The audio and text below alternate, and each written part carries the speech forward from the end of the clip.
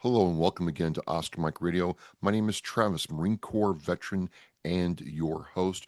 We're in year 9. We're counting down to 500, and I'm so happy to be here. I want to thank my sponsor, Joyce Asek of Asek Real Estate, Echo 6 Designs out of Texas, and my supporters, Cason Shaving Company, Exceptional Parent Magazine, and Fight Camp. Be your strongest combination.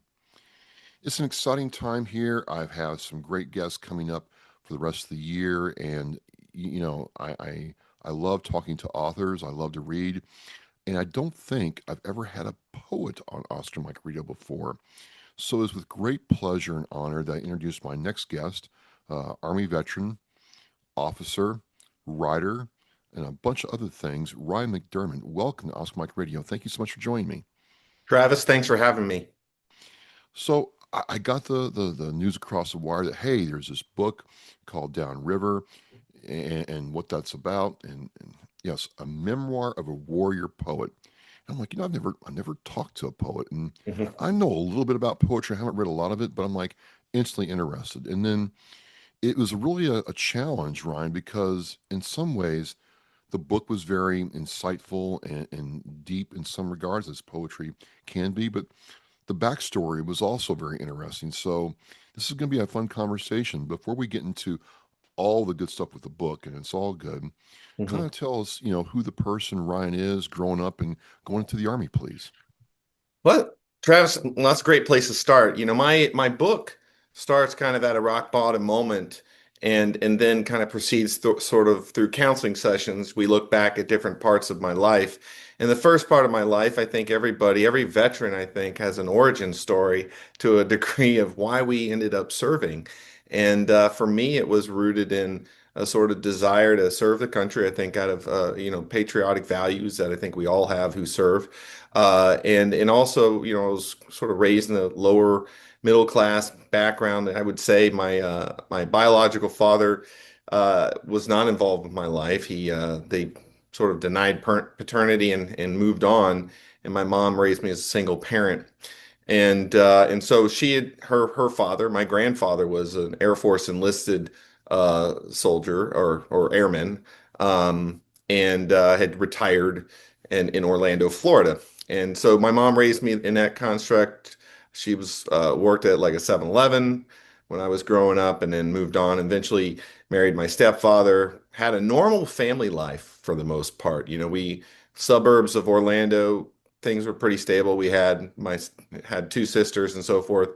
But they financed their home with like a balloon note, and so they could never refinance. And they never had stability because he was in construction. My stepdad was in construction, and so I had a relatively unstable sort of life in that regard. And so that was one thing, I guess, looking back, that sort of planted this idea that the military was a very certain path, hard path, but something as I looked closer and closer at that path, that it offered a unique sort of opportunity for me. And so leading up to my senior year of high school, I began to think about. I was did pretty well, so I looked at the academy, and I started doing pretty well and applying to the academy. But at the same time, my parents' marriage fell apart, and so I had a very chaotic senior year, and in that process, I lost my home. My stepfather moved out. My sisters moved in with him, and my mom sort of deteriorated. And I go through that's kind of the part one of the book is I go through that whole process. As I was awaiting my appointment, that letter, and eventually I did get that letter, but it was after my I ended up moving in with a best friend of mine to finish out my high school. So that's a little bit of the background. I ended up getting into West Point, but I think that's kind of, my background is Floridian, or grew up in Orlando, never left the state of Florida before I went off to West Point. I mean, that's the furthest far I had been north was Jacksonville, and I don't even think I went as south of Miami.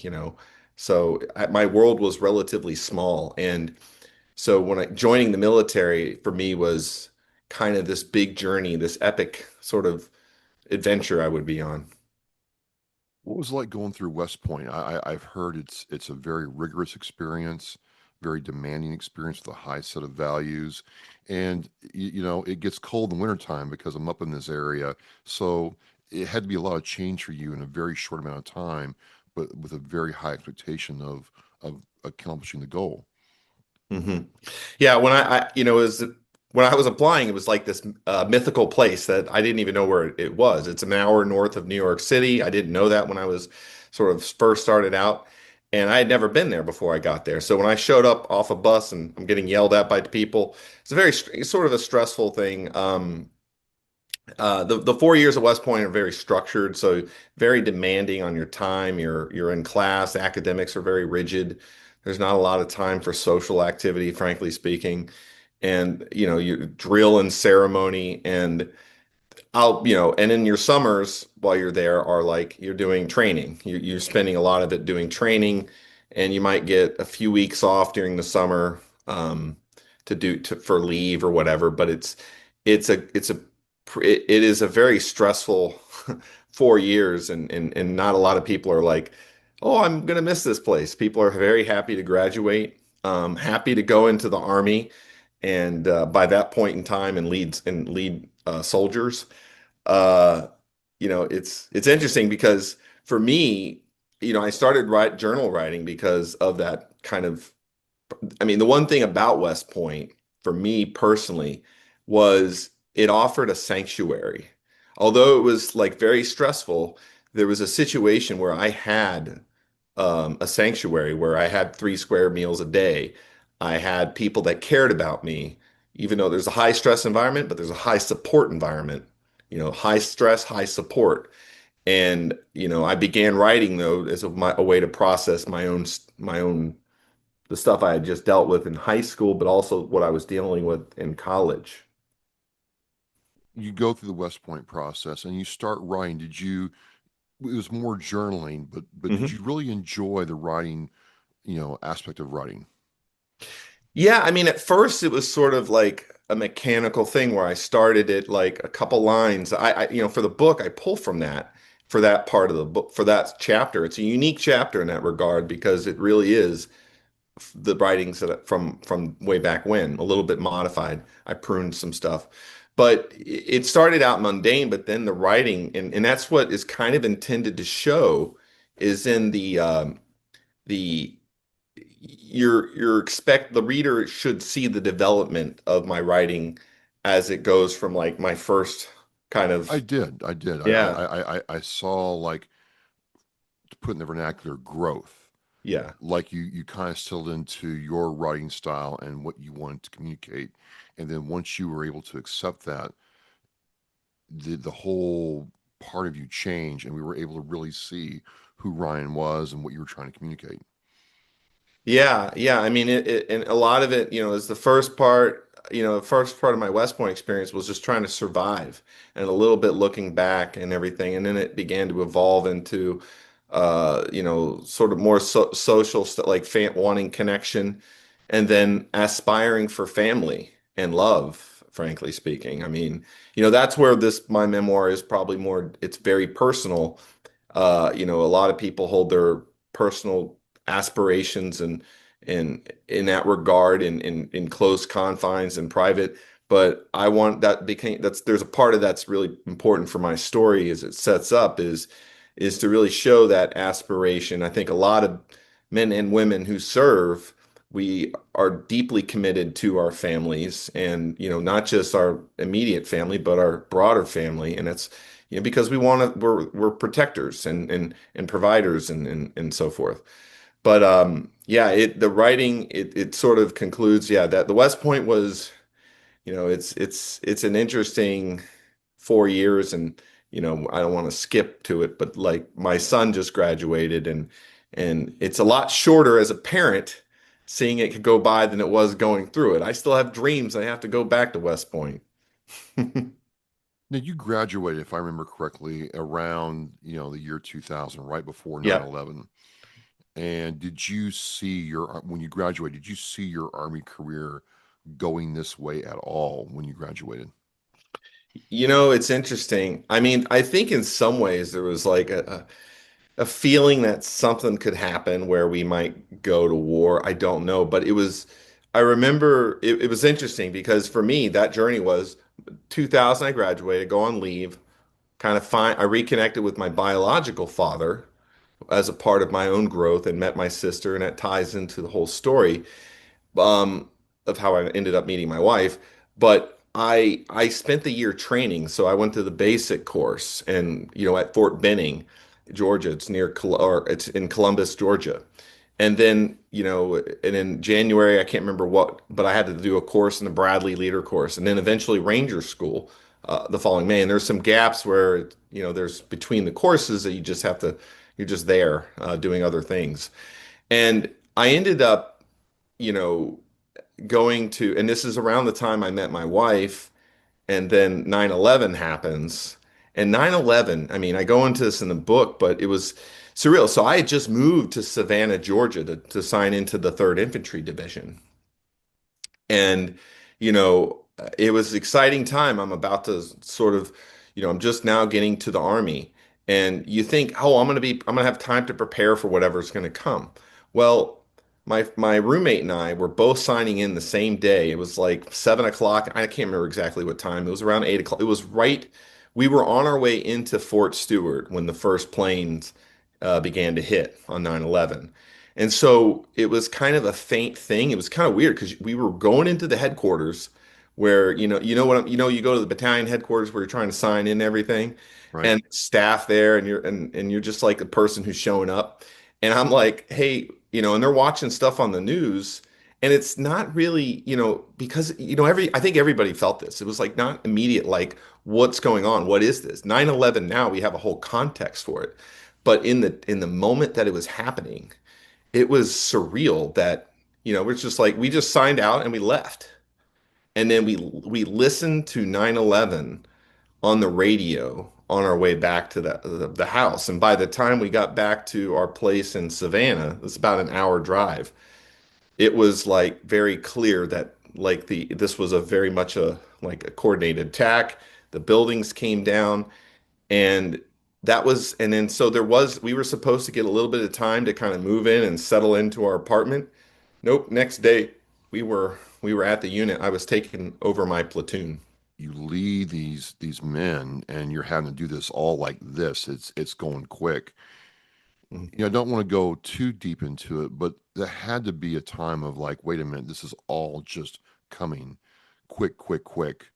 And I've always wondered how, some of us enlisted guys, or, a lot of us enlisted guys, like, officers got it easy. But I'm finding out the longer I do this that it's no cakewalk for you all either. There's a lot expected and a lot to manage. But I still wonder, like, how do you manage all the expectations, lead your troops, lead your soldiers, and focus on the mission with all this stuff going on? Well, I mean, I have to say, a lieutenant or especially a butter bar who's like a second lieutenant is probably worth less than a private, to a degree. But, there's a lot of I think one of the, there's just different roles. It's funny because now I'm just like my guys are we're just a group of guys. Like I had that role, but everybody's role was important in that platoon. And so it's interesting to think about it in that context. Um, but it is, I mean, I personally think every soldier has a lot of responsibilities, just different roles. And, the role of a young officer is really one is to learn. And I think the most important thing a platoon leader does is make tactical decisions on the battlefield, carry out orders, and really like because they're in this sort of chain of command, leadership responsibility. The platoon sergeant has very important role, and it's like a sort of battle buddy in a way of for the execution. And in a mechanized unit too, it's also different because you're dealing with tank sort of Bradley commanders slash tank commanders and those are the primary maneuver things. So you got a battle buddy who you're working with and sections and so forth. Um, but I have enormous respect for my soul. I still in touch with as many as that I can on Facebook. But everyone's got their sort of sectors of fire, so to say, of what they're responsible for. And it takes the entire unit to really, and that one thing that happened is immediately we didn't, it was sort of like an initial, oh, we got to get ready. But then it was like, well, we'll see how things go. So we ended up kind of getting ramped up, like get ready, but then it was like more, we weren't like any immediate pipeline for Afghanistan. So we ended up doing training, like we went to the National Training Center, the OP4. It was really good for me to get that because it wasn't like we were going to go straight to war. I had like a year and 3 months, or like almost a year and a half before we crossed the border. I had been a platoon leader for like a year and a half.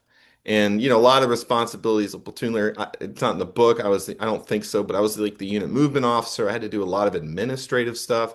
And there's a lot of administrative stuff that the officer corps ends up doing, planning, that sort of stuff, and making sure that the orders make sense and integrate. And um, but I was kind of I had to do the tedious, like make sure the mill vans are packed to spec, make sure the plans are, it's like all very tedious stuff. Make sure awards, the whole awards process was working, and a lot of mechanics there. So, but it's So, were, interesting because by the time we got to Kuwait, my company was very highly trained, which is why we ended up being, I think, chosen to be at the tip of the spear. were you still writing and working on your writing during all this? Was it just, maybe you had some time at night or on a plane or whatever, and you wrote? Was it like that, or did you kind of put it on hold during this high tempo time?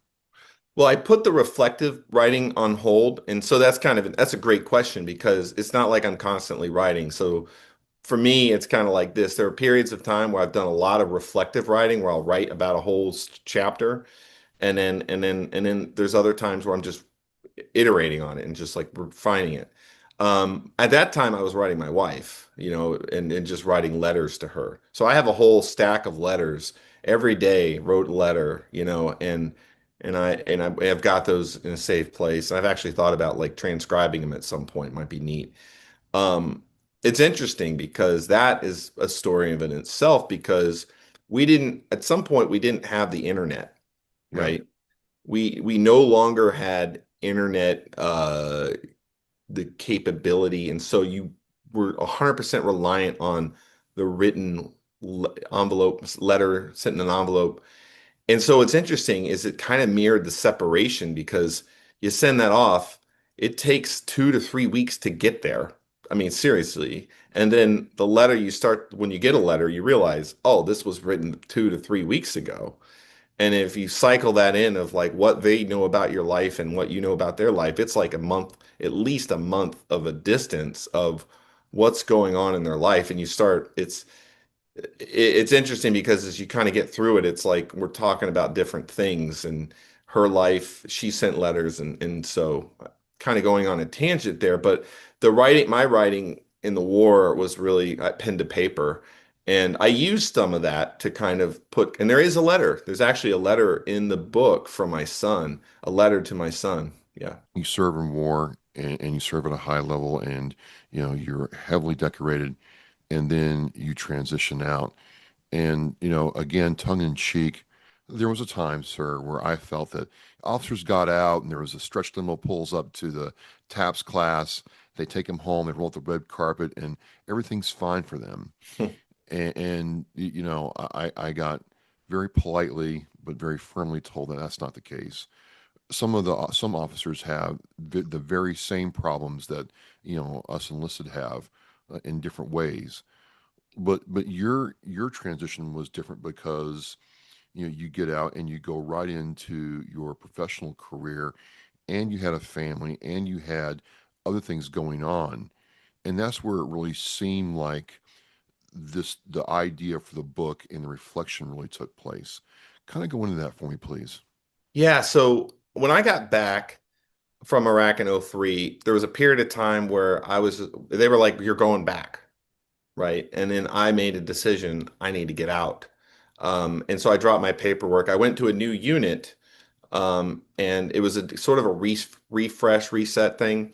And when I got to that unit, I actually really enjoyed being on the staff, and I did a lot of writing of work, like planning and stuff like that. I started writing there. That's actually when I started writing. So I actually, from like 2004 to 2006, so that's 2 years. So there's a whole year of prep, and then there was a year where the unit deployed.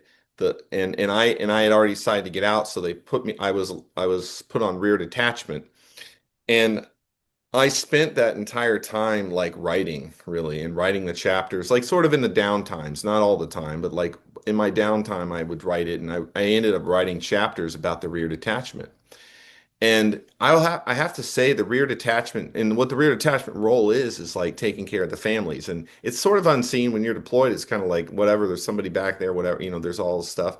But it's there's soldiers who are assigned to the family readiness groups to make sure that the families are connected, with to the military. And it evolved even after I left. And so there was a whole year I was on that detail where we had to, any time of the day, I could get a call saying, "Hey, we've got casualties." And I'll remember it was near the end of February when I got that call and it was early on in that deployment in 2006 where I got that call, and then I was told we had two casualties.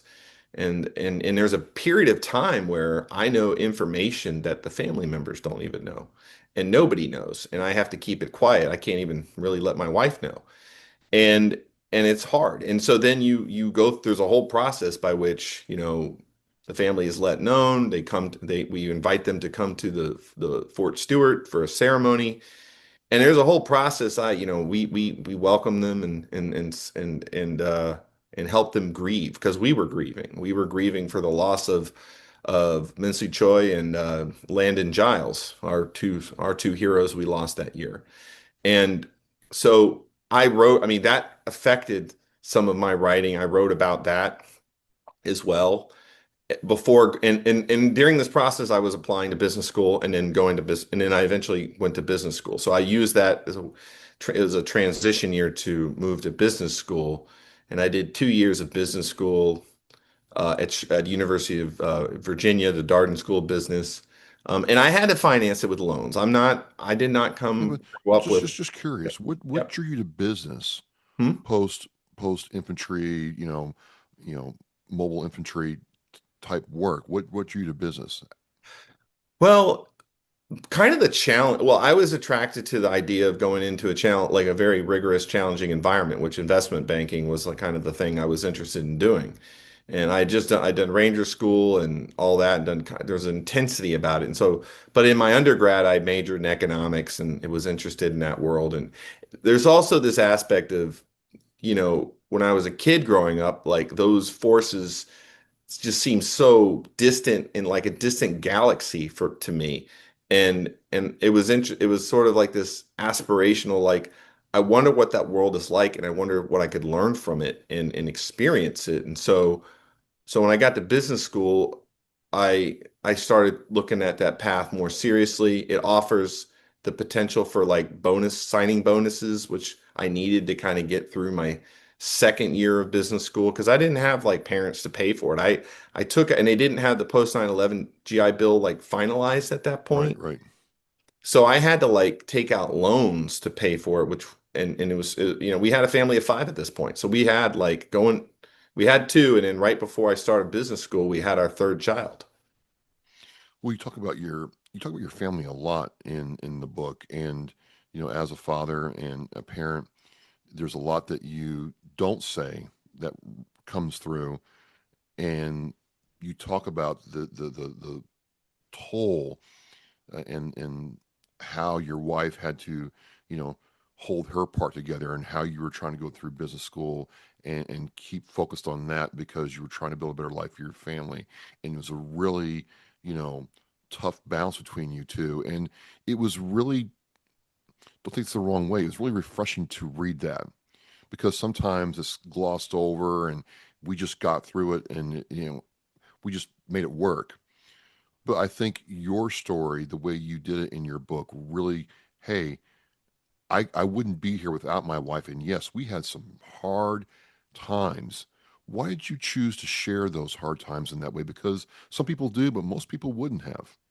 Yeah, no, it's interesting. So there's how there's one this in a practical way. I just have to say with Lucy, I I felt a challenge of like how much do I talk about her.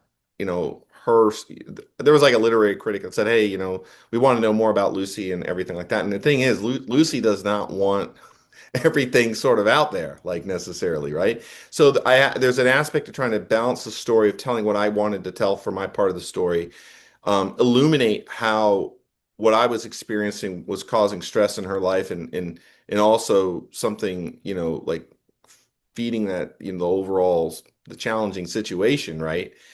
But also respecting, the privacy of people in the story. There is that thing of like trying to make sure that there's some level of comfort with it. Um, but that kind of gets to the purpose of writing this, and why I put this out there is, you know, um, there's soldier veterans commit suicide. There's a lot of people that, and I think one of the purpose of telling the story in a real way, where I kind of go into some of the problems we had, has to do about everyone has problems, everyone has challenges. I mean, even very fortunate people have relationship issues, and it's to make people feel like, hey, um, I'm not alone.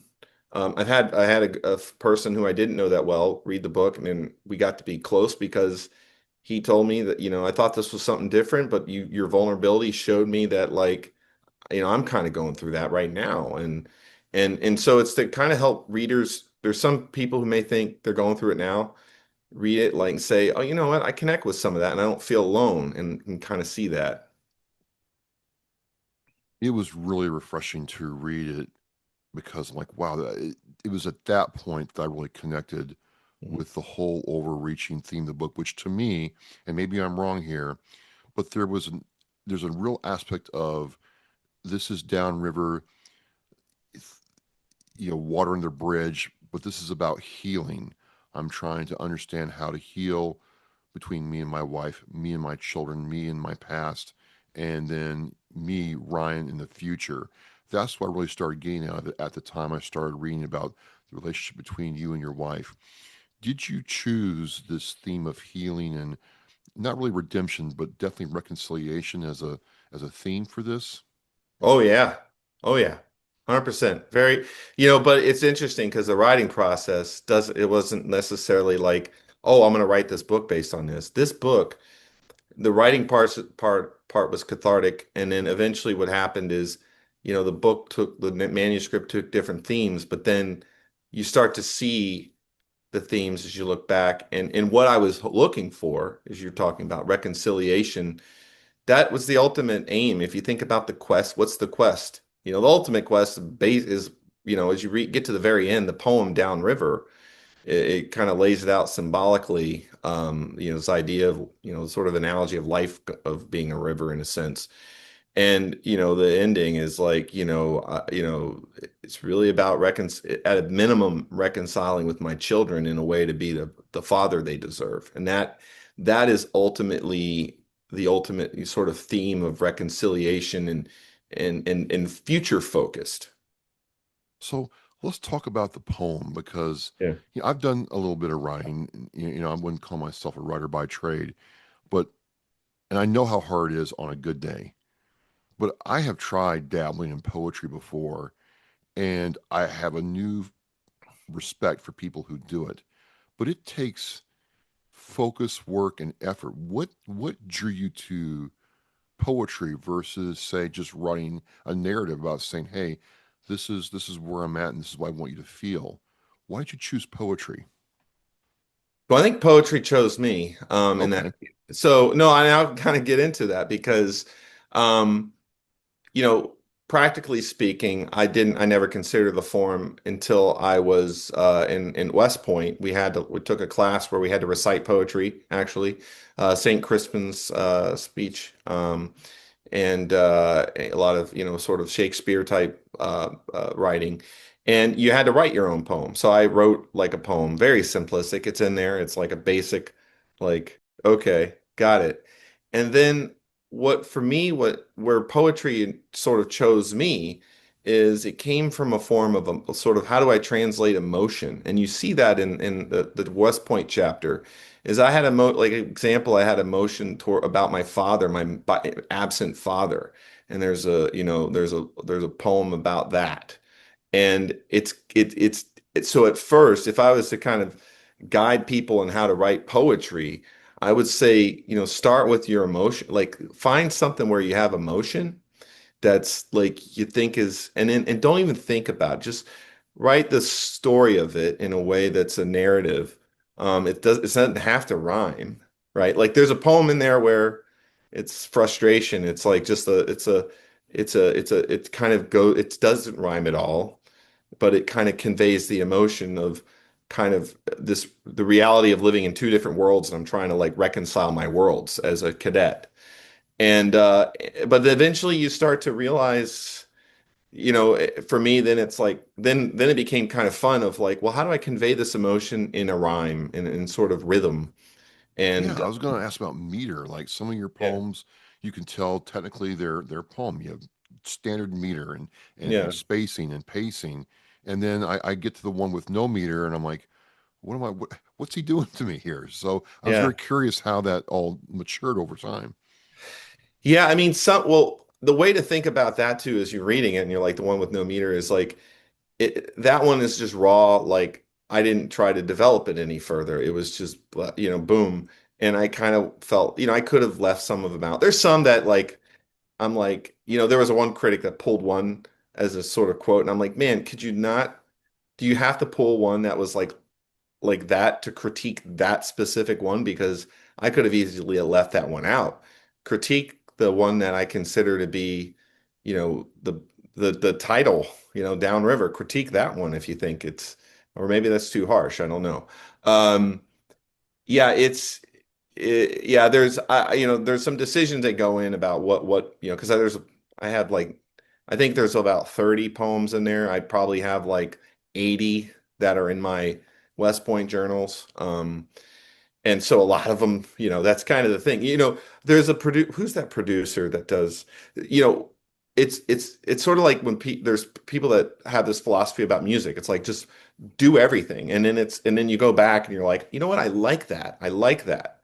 And so if you're interested in trying to like create something like that, just write and write and write, and then a lot of it's going to be garbage, and then like you'll realize, wow, this one here it's got potential, and then you develop it. Um, and there's a couple that I actually did refine from their original form.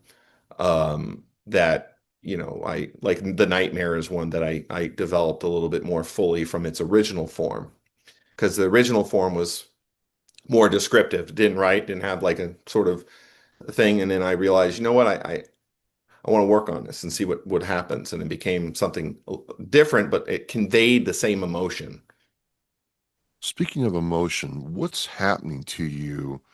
You go through and we'll talk about this, your PTSD a little bit, but what is happening to you as you begin running downriver and putting this all together? Because, people get changed by what you write for them to read, but this also changes the author, themselves sometimes. Yeah. Well, I think, going back to the writing the Iraq chapters, right? After I got back. So, the Iraq War, we went through several major battles. We fought for the bridge over the Euphrates River. We fought for Baghdad International Airport. And there was like a stretch of like th 4 or 5 days where it was like kind of like nonstop adrenaline, breaks in between, obviously, but anticipation, that build up, and then the after sort of continuing the mission. Um, you know, I think before it's one of those things where it's like the process, there's some challenge in opening up and going back and writing the stuff, because it takes you that moment. My wife will tell you, she's like, Lucy will say, like I'm like not connected, when I was doing that, like totally in a different world.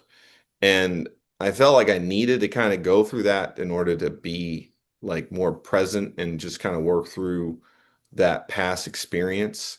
Coming back, like I remember, immediately I wasn't writing. It was like the day that I came back, it's are there threats on the highway, or, nightmares and stuff like that. Um, and sort of reactions to stressors. One thing I would kind of talk about with PTSD, you know, I think some of it has to do environmental, where when you're in the military, you're around people that have a shared experience. Right. So there's a shared experience, camaraderie, and understanding of what you've been through, right? And so I think there's a lot of so it's an environment where I feel like there's natural support and understanding. Uh, when I went to business school, there were a few veterans, but not a lot. I mean, we're talking like very few, and at that time, and then on Wall Street, even fewer. And so by the time I got to Lehman Brothers, just it was very unsettling, because I was still dealing with, still wrestling with like seeing my friends who are overseas, some dying, people dying every day at that point still. And so there's a little bit of, sort of a disconnectedness and feeling of isolation because, at the time, like people in the sort of a lot of people in the civilian world just they could tune out. They don't have to Yeah. tune on that channel. Yeah. And it was, it was a that plays a role in it as well.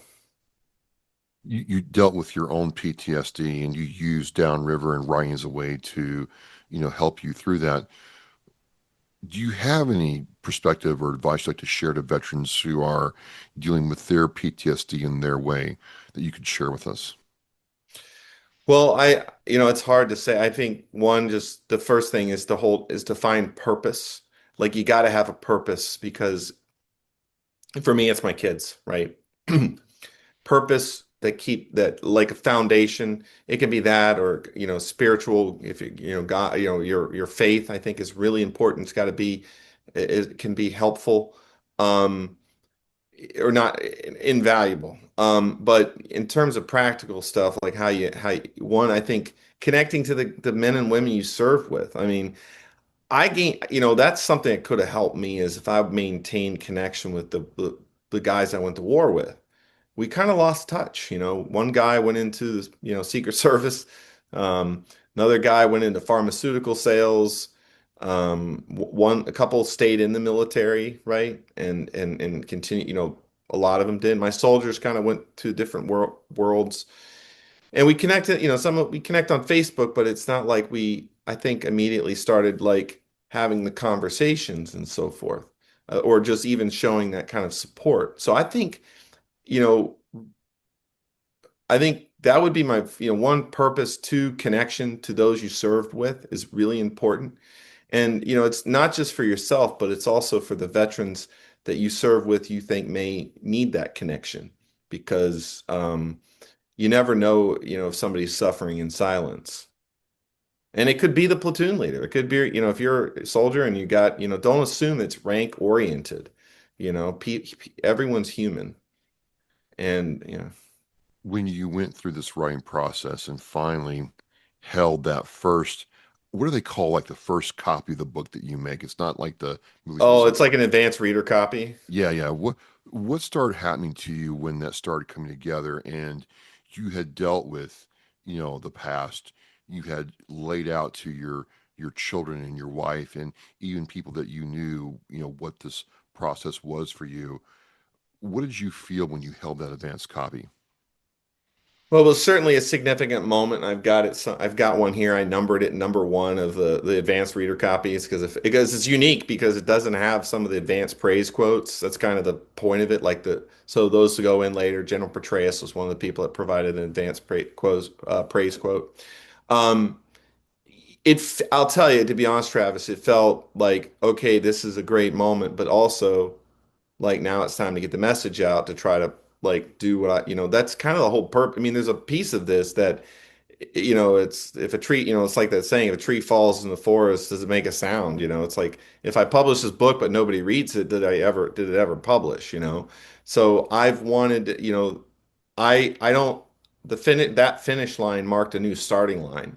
And and I appreciate you giving, this sharing this platform for that purpose because um there's a couple things the PTSD thing is one of them, but like I don't want it to it's not everything about that. No, no, no.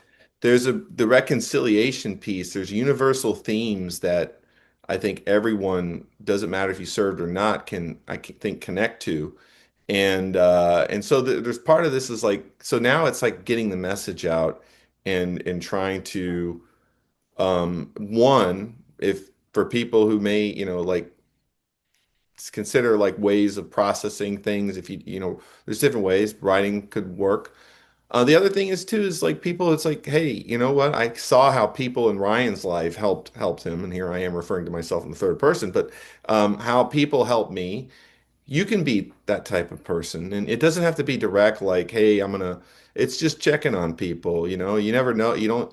It's like, yeah, and it doesn't have to, it can just be like, hey, how you doing? Let's, you want to grab lunch, grab coffee, let's catch up, sort of thing, or just send a note to somebody you haven't who is in your unit potentially, and if it's for veteran to veteran type thing. But it's yeah, it was a moment, and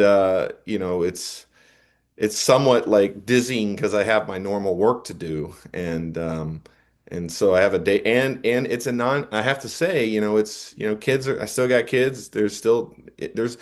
I tried to draw this line for the ending where it's a hopeful, optimistic ending, but I also wanted to kind of leave a little bit of. There's an uncertainty about it. It's not necessarily a Yeah. happily ever after. We don't know like where the road's going to go, and there's still a work in progress. Well, just before we start winding this down, I did want to know because it was very clear to me that this was written for your family first, yourself, and then other people in your life. What was the initial reaction from your family when they read, Downriver?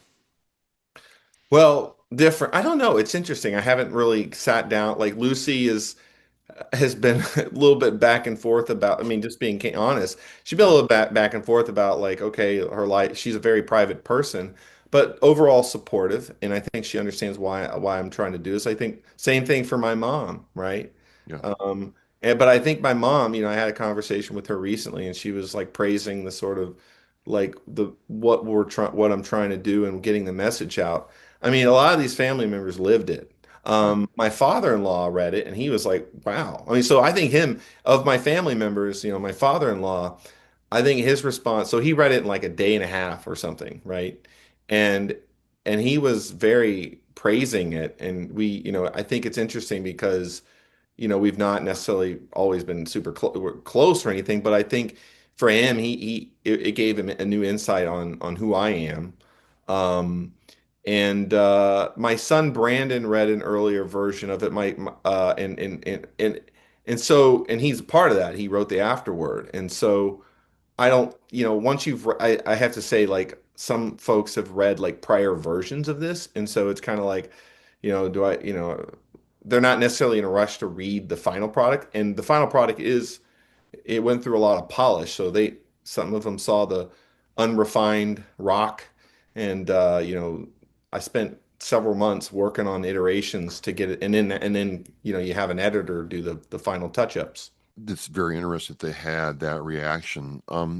I guess what would you want the reader?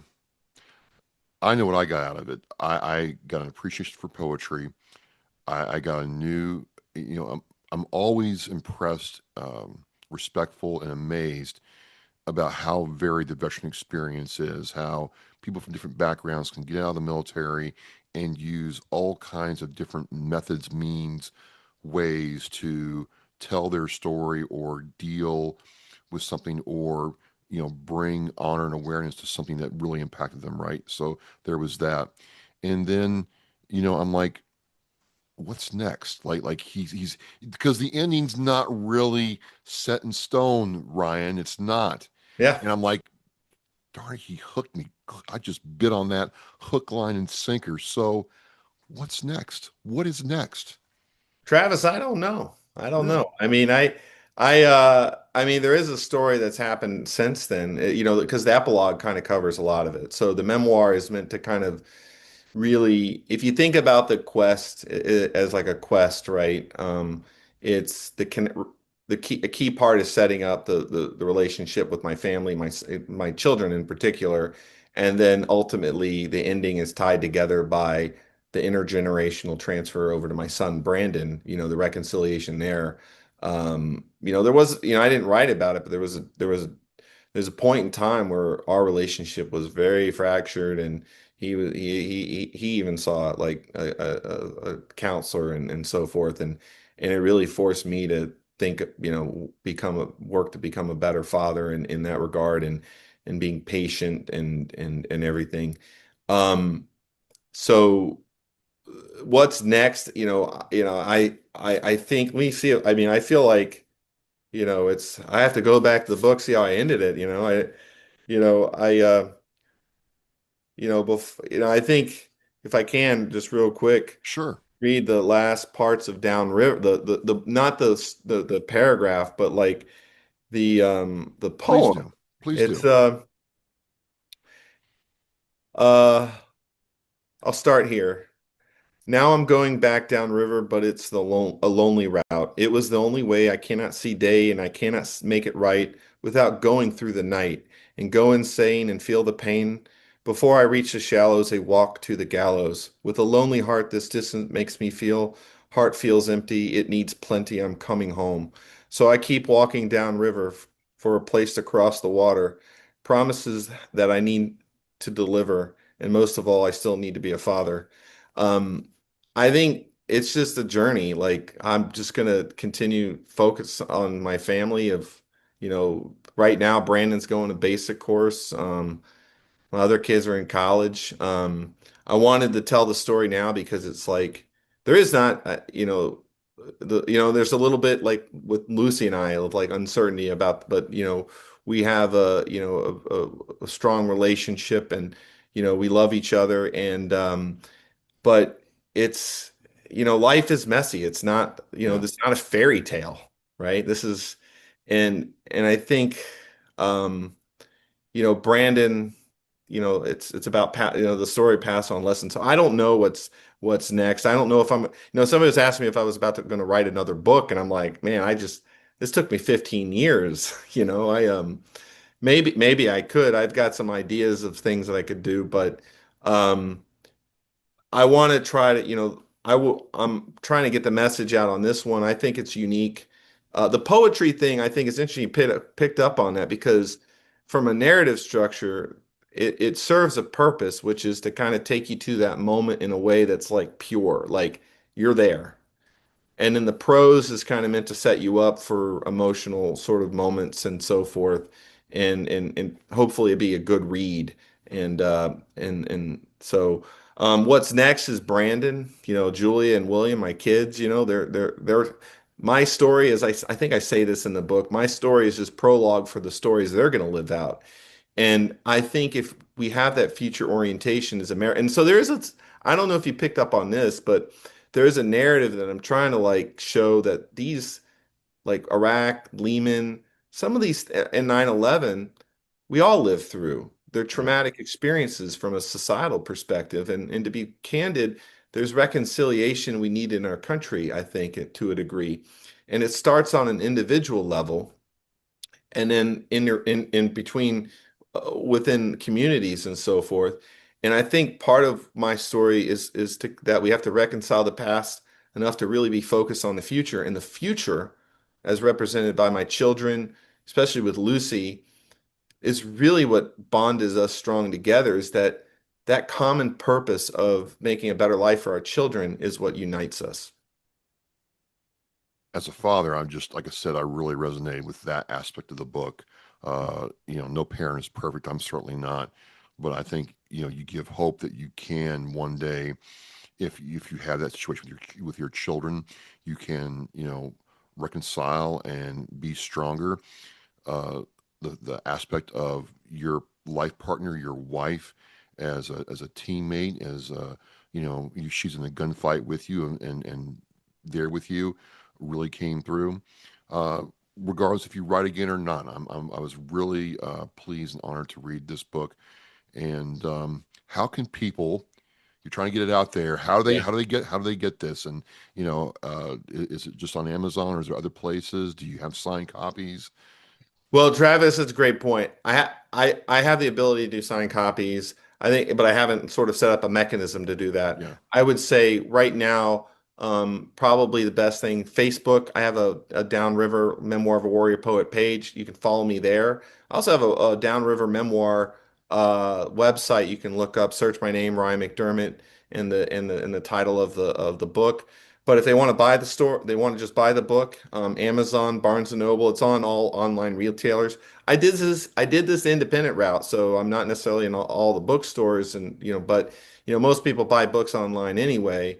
Um, I would like to eventually do some sort of signings and stuff like that. People, if somebody reaches out to me, I have the mechanism sort of in the infancy of sort of how to do the shipping. I'm doing that for my soldiers. Like there's a sergeant major a guy who retired as a sergeant major, and he was like, I want a copy of your book, and I was just like, I'm just gonna send him one of the I'm, he wants to pay me later, great, but I want him to read it first, and so I personalized it and everything because it means a lot to that.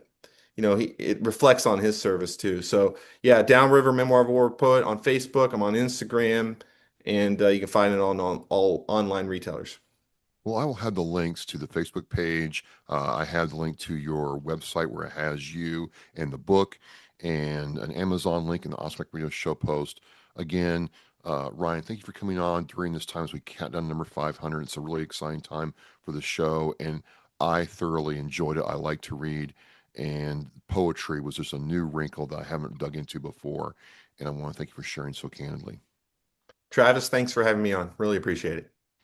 There you go, folks. My guest, U.S. Army veteran Ryan McDermott, in the financial services now, author, father, husband. Check it out here on Ask Mike Radio. As we say in Ask Mike Radio, we are mission in flight. We'll see you next time.